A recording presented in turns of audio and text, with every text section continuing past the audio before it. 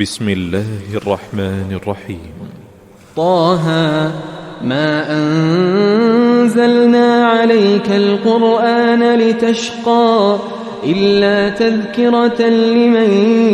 يخشى تنزيلا ممن خلق الأرض والسماوات العلا الرحمن على العرش استوى له ما في السماوات وما في الأرض وما بينهما وما تحت الثرى وإن تجهر بالقول فإنه يعلم السر وأخفى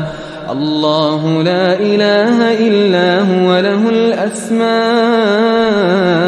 الحسنى وهل أتاك حديث موسى إذ رأى نارا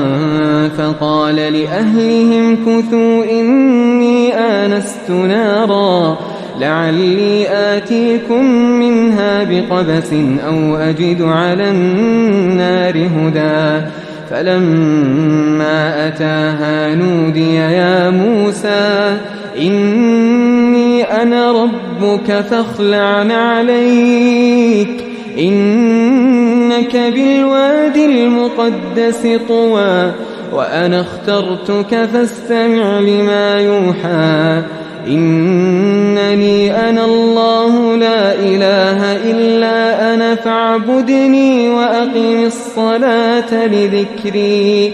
إن الساعة آتية أكاد أخفيها لتجزى كل نفس بما تسعى فلا يصدنك عنها من لا يؤمن بها واتبع هواه فتردى وما تلك بيمينك يا موسى قال هي عصاي أتوكأ عليها وأهش بها على غنمي ولي فيها مآرب أخرى قال ألقها يا موسى فألقاها فإذا هي حية تسعى قال خذها ولا تخف سنعيدها سيرتها الأولى واضمم يدك إلى جناحك تخرج بيضاء من غير سوء آية أخرى لنريك من آياتنا الكبرى اذهب إلى فرعون إنه طغى قال رب اشرح لي صدري ويسر لي أمري واحلل عقدة من لساني يفقه قولي واجعل لي وزيرا من أهلي هارون أخي أشدد به أزري وأشركه في أمري كي نسبحك كثيرا ونذكرك كثيرا إنك كنت بنا بصيرا قال قد أوتيت سؤلك يا موسى ولقد مننا عليك مرة أخرى إذ أوحينا إلى أمك ما يوحى أن اقذفيه في التابوت فاقذفيه في اليم فليلقه اليم بالساحل يأخذه عدو لي وعدو له وألقيت عليك محبة مني ولتصنع على عيني إذ تمشي أختك فتقول هل أدلكم على من يكفله فرجعناك إلى أمك كي تقر عينها ولا تحزن وقتلت نفسا فنجيناك من الغم وفتناك فتونا فلبثت سنين في أهل مدين ثم جئت على قدري يا موسى واصطنعتك لنفسي اذهب أنت وأخوك بآياتي ولا تنيا في ذكري اذهبا إلى فرعون إنه طغى فقولا له قولا لينا لعله يتذكر أو يخشى قالا ربنا إننا نخاف أن يفرط علينا أو أن يطغى قال لا تخافا إنني معكما أسمع وأرى فأتياه فقولا إنا رسولا ربك فأرسل معنا بني إسرائيل ولا تعذبهم قد جئناك بآية من ربك والسلام على من اتبع الهدى إنا قد أوحي إلينا أن العذاب على من كذب وتولى قال فمن ربكما يا موسى قال ربنا الذي أعطى كل شيء خلقه ثم هدى قال فما بال القرون الأولى قال علمها عند ربي في كتاب لا يضل ربي ولا ينسى الذي جعل لكم الأرض مهدا وسلك لكم فيها سبلا وأنزل من السماء ماء فأخرجنا به أزواجا من نبات شتى كلوا وارعوا أنعامكم إن في ذلك لآيات لأولي النهى منها خلقناكم وفيها نعيدكم ومنها نخرجكم تارة أخرى ولقد أريناه آياتنا كلها فكذب وأبى قال أجئتنا لتخرجنا من أرضنا بسحرك يا موسى فلنأتينك بسحر مثله فاجعل بيننا وبينك موعدا لا نخلفه نحن ولا أنت مكانا سوى قال موعدكم يوم الزينة وأن يحشر الناس ضحى فتولى فرعون فجمع كيده ثم أتى قال لهم موسى ويلكم لا تفتروا على الله كذبا فيسحتكم بعذاب وقد خاب من افترى فتنازعوا أمرهم بينهم وأسروا النجوى قالوا إن هذان لساحران يريدان أن يخرجاكم من أرضكم بسحرهما ويذهبا بطريقتكم المثلى فأجمعوا كيدكم ثم أتوا صفا وقد أفلح اليوم من استعلى قالوا يا موسى إما أن تلقي وإما أن نكون أول من ألقى قال بل ألقوا فإذا حبالهم وعصيهم يخيل إليه من سحرهم أنها تسعى فأوجس في نفسه خيفة موسى قلنا لا تخف إنك أنت الأعلى وألق ما في يمينك تلقف ما صنعوا إنما صنعوا كيد ساحر ولا يفلح الساحر حيث أتى فألقي السحرة سجدا قالوا آمنا برب هارون وموسى قال آمنتم له قبل أن آذن لكم إنه لكبيركم الذي علمكم السحر فلأقطعن أيديكم وأرجلكم من خلاف ولأصلبنكم في جذوع النخل ولتعلمن أينا أشد عذابا وأبقى قالوا لن نؤثرك على ما جاءنا من البينات والذي فطرنا فاقض ما أنت قاض إنما تقضي هذه الحياة الدنيا إنا آمنا بربنا ليغفر لنا خطايانا وما أكرهتنا عليه من السحر والله خير وأبقى إنه من يأت ربه مجرما فإن له جهنم لا يموت فيها ولا يحيا ومن يأته مؤمنا قد عمل الصالحات فأولئك لهم الدرجات العلا جنات عدن تجري من تحتها الأنهار خالدين فيها وذلك جزاء من تزكى ولقد أوحينا إلى موسى أن أسر بعبادي فاضرب لهم طريقا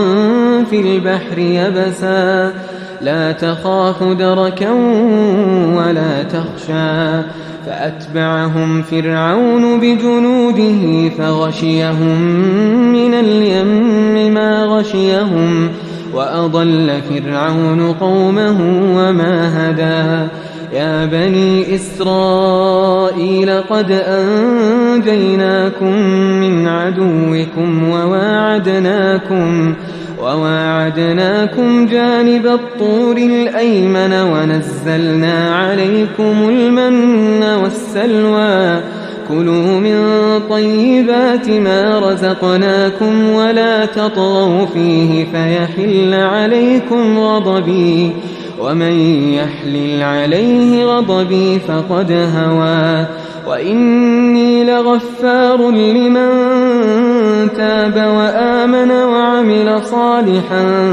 ثم اهتدى وما أعجلك عن قومك يا موسى قال هم أولئك على أثري وعجلت إليك رب لترضى قال فإنا قد فتنا قومك من بعدك وأضلهم السامري فرجع موسى إلى قومه غضبان أسفا قال يا قوم ألم يعدكم ربكم وعدا حسنا أفطال عليكم العهد أم أردتم أن يحل عليكم غضب من ربكم فأخلفتم موعدي قالوا ما أخلفنا موعدك بملكنا ولكننا حملنا أوزارا من زينة القوم فقذفناها فكذلك ألقى السامري فأخرج لهم عجلا جسدا له خوار فقالوا هذا إلهكم وإله موسى فنسي أفلا يرون ألا يرجع إليهم قولا ولا يملك لهم ضرا ولا نفعا ولقد قال لهم هارون من قبل يا قوم إنما فتنتم به وإن ربكم الرحمن فاتبعوني وأطيعوا أمري قالوا لن نبرح عليه عاكفين حتى يرجع إلينا موسى قال يا هارون ما منعك إذ رأيتهم ضلوا ألا تتبعا أفعصيت أمري قال يا ابن أم لا تأخذ بلحيتي ولا برأسي إني خشيت أن تقول فرقت بين بني إسرائيل ولم ترقب قولي قال فما خطبك يا سامري قال بصرت بما لم يبصروا به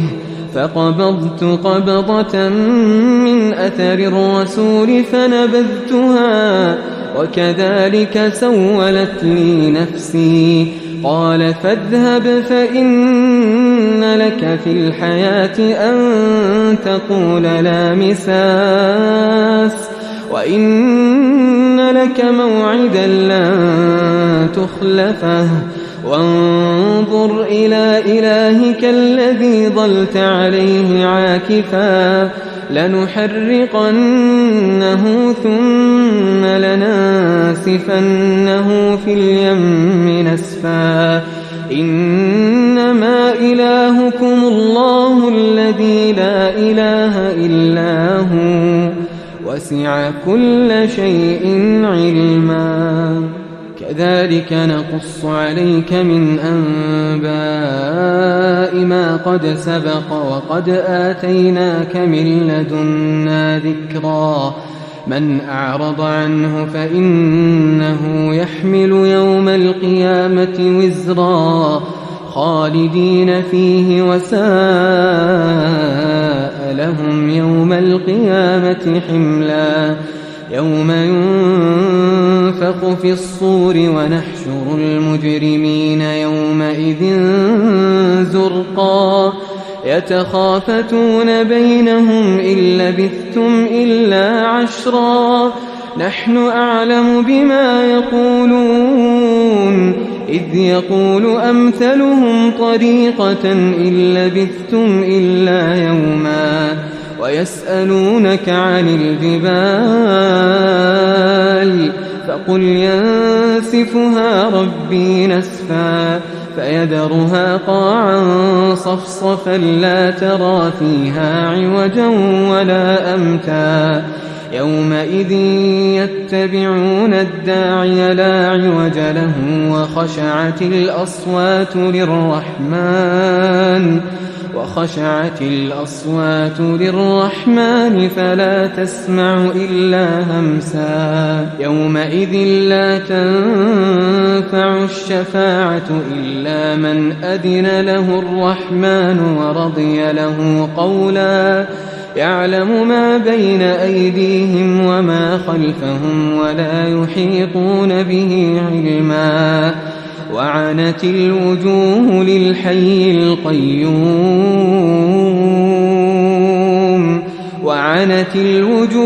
للحي القيوم وقد خاب من حمل ظلما ومن يعمل من الصالحات وهو مؤمن فلا يخاف ظلما ولا هضما وكذلك أنزلناه قرآنا عربيا وصرفنا فيه من الوعيد لعلهم يتقون أو يحدث لهم ذكرا فتعالى الله الملك الحق ولا تعجل بالقرآن من قبل أن يقضى إليك وحيه وقل رب زدني علما ولقد عهدنا إلى آدم من قبل فنسي ولم نجد له عزما وإذ قلنا للملائكة اسجدوا لآدم فسجدوا إلا إبليس أبى فقلنا يا آدم إن هذا عدو لك ولزوجك فلا يخرجنكما من الجنة فتشقى إن لك ألا تجوع فيها ولا تعرى وأنك لا تظمأ فيها ولا تضحى فوسوس إليه الشيطان قال يا آدم هل أدلك على شجرة الخلد وملك لا يبلى فأكلا منها فبدت لهما سوآتهما وطفقا يخصفان عليهما من ورق الجنة وعصى آدم ربه فغوى ثم اجتباه ربه فتاب عليه وهدى قال اهبطا منها جميعا بعضكم لبعض عدو فإما يأتينكم مني هدى فمن اتبع هداي فلا يضل ولا يشقى ومن أعرض عن ذكري فإن له معيشة ضنكا ونحشره يوم القيامة أعمى قال رب لم حشرتني أعمى وقد كنت بصيرا قال كذلك أتتك آياتنا فنسيتها وكذلك اليوم تنسى وكذلك نجزي من أسرف ولم يؤمن بآيات ربه ولعذاب الآخرة أشد وأبقى أفلم يهد لهم كم أهلكنا قبلهم من القرون يمشون في مساكنهم إن في ذلك لآيات لأولي النهى ولولا كلمة سبقت من ربك لكان لزاما وأجل مسمى فاصبر على ما يقولون وسبح بحمد ربك قبل طلوع الشمس وقبل غروبها ومن آناء الليل فسبح وأطراف النهار لعلك ترضى ولا تمدن عينيك إلى ما متعنا به أزواجا منهم زهرة الحياة الدنيا لنفتنهم فيه ورزق ربك خير وأبقى وأمر أهلك بالصلاة واصطبر عليها لا نسألك رزقا نحن نرزقك والعاقبة للتقوى وقالوا لولا يأتينا بآية من ربه أولم تأتهم بينة ما في الصحف الأولى ولو أنا أهلكناهم بعذاب من قبله لقالوا ربنا لولا أرسلت إلينا رسولا فنتبع آياتك من قبل أن نذل ونخزى قل كل متربص فتربصوا فستعلمون من أصحاب الصراط السوي ومن اهتدى.